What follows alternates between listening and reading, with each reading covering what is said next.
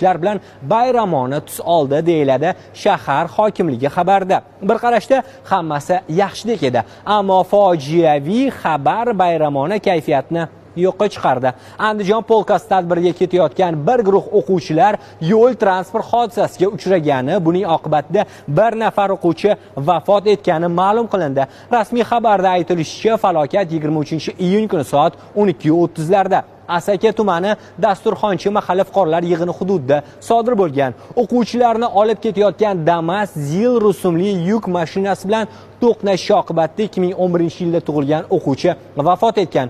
Qolganlar shifoxonada davolanmoqda.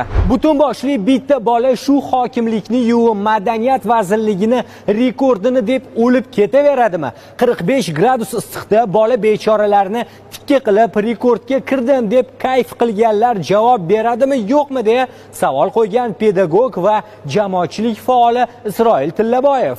Bundan tashqari iqtisodchi Otibek Bakirov madaniyat vazirligini tanqid qildi. Ozodbek Nazarbekov qo'shiq aytyapti. Bu yoqda bolalar o'lgan va jarohatlangan. Xabar yo'q, ta'sif yo'q, ta'ziya yo'q. Katta konsert, mushakbozlik davom ettiraveringlar deya yozgan u. Siz bu vaziyatga qanday baho berasiz? Izoh bo'limiga fikringizni yozing. Bizda maxsus